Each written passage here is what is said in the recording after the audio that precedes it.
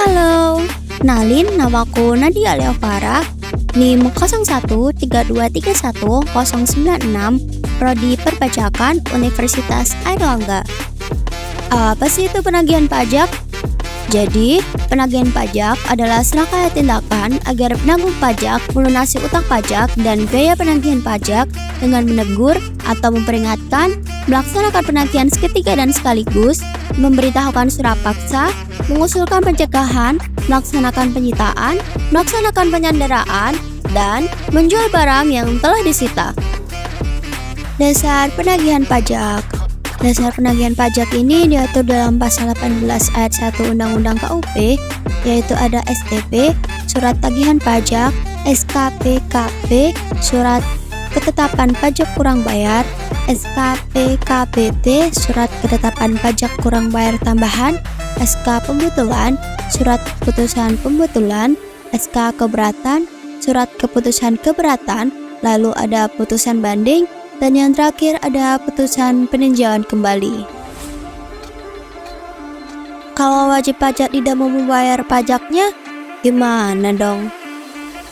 Nah, kalau wajib pajak tidak mau membayar pajaknya, maka akan timbul yaitu tindakan penagihan pajak. Tindakan penagihan pajak ini dimulai setelah 7 hari dari tanggal jatuh tempo. Bila pembayaran surat ketetapan pajak belum juga dilunasi oleh wajib pajak, maka akan diterbitkan yaitu surat teguran. Surat teguran ini bisa dikirim secara langsung kepada wajib pajak melalui pos, jasa ekspedisi, atau melalui kurir dengan bukti kirim. Apabila dalam 21 hari sejak tanggal surat teguran wajib pajak belum juga melunasi hutang pajaknya, maka akan diterbitkan surat paksa. Jurusita pajak dalam melaksanakan penagihan pajak berwenang melaksanakan penyitaan terhadap harta kekayaan penanggung pajak yang tersimpan pada bank berupa deposito, tabungan, giro, atau bentuk lain yang dipersamakan, dengan terlebih dahulu melakukan proses pemblokiran. Pemblokiran adalah tindakan pengamanan harta kekayaan milik penanggung pajak yang tersimpan pada bank dengan tujuan agar harta kekayaan tersebut tidak terdapat perubahan apapun kecuali penambahan jumlah dan nilai. Selain penyitaan terhadap harta kekayaan penanggung pajak di bank, jurusita juga dapat melakukan penyitaan terhadap aset penanggung pajak baik berupa barang bergerak maupun barang tidak bergerak.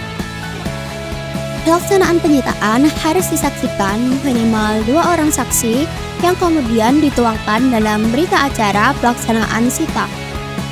Walaupun telah dilakukan penyitaan terhadap aset, penanggung pajak masih diberi kesempatan untuk melunasi hutang pajaknya selama 14 hari sejak dilaksanakan penyitaan.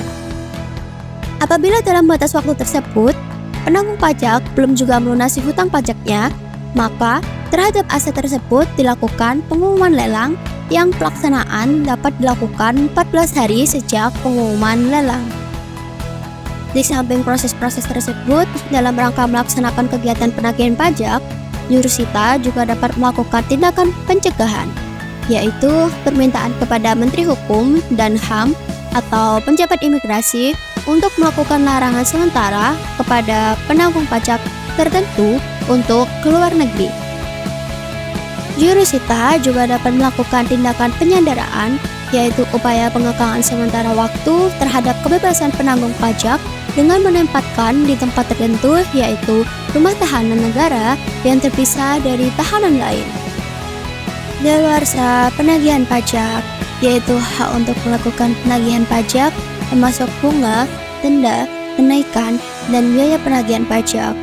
Daluarsa ini setelah melampaui batas waktu 5 tahun terhitung sejak penerbitan STP, yaitu surat tagihan pajak, SKPKP, surat ketetapan pajak kurang bayar, SKPKPT, surat ketetapan pajak kurang bayar tambahan, dan surat keputusan pembetulan, surat keputusan keberatan, putusan banding, serta putusan peninjauan kembali.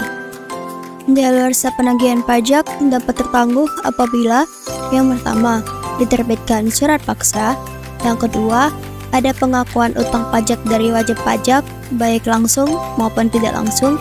Yang ketiga, diterbitkannya SKP KPT atau surat ketetapan pajak kurang bayar tambahan karena melakukan tindak pidana perpajakan atau pidana lain yang merugikan pendapatan negara.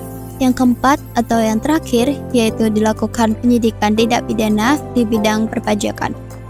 Nah, itu tadi termasuk serangkaian tindakan penagihan pajak. Gimana teman-teman, paham kan? Jangan lupa bayar pajak sesuai dengan peraturan dan ketentuan yang berlaku ya.